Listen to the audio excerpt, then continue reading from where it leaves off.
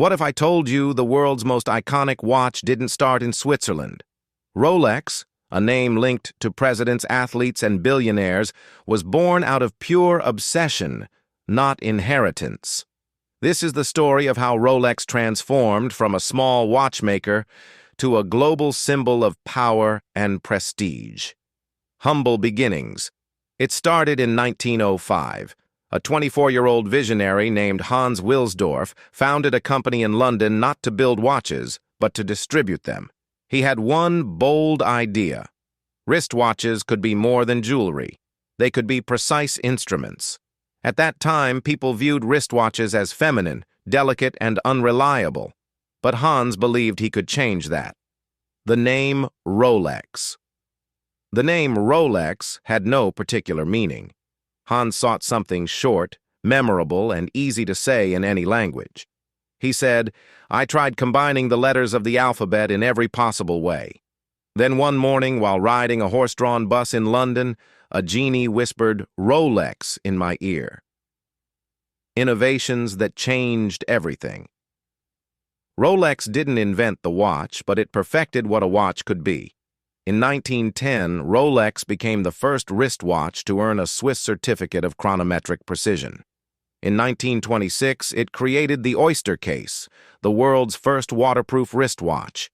In 1931, they introduced the perpetual rotor, the first self-winding movement. These weren't just features, they were revolutions. From tool to icon, Rolex moved beyond the lab. It proved itself in real-world situations. In 1927, Mercedes Gleitze swam across the English Channel wearing a Rolex, which survived the entire swim. Sir Edmund Hillary wore a Rolex when he summited Mount Everest. In 1960, a Rolex survived a dive to the Mariana Trench, strapped to the outside of a submarine, the deepest point on Earth. These weren't ads, they were statements. The luxury revolution. In the 1970s and 80s, Rolex made a choice to become not just the best watch, but the most powerful status symbol on the planet. The Rolex president became the choice of world leaders. The Daytona became a legend thanks to Paul Newman. The Submariner was worn by James Bond. If you had a Rolex, the world recognized you. Scarcity and power.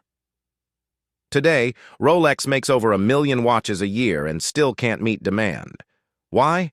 Because Rolex understands the psychology of luxury through scarcity. They control production, never discount, and their models, like the Submariner or GMT Master 2, can double in value in the resale market.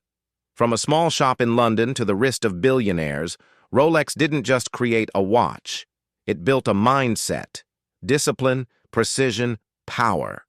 And whether you wear one or not, you know what it signifies.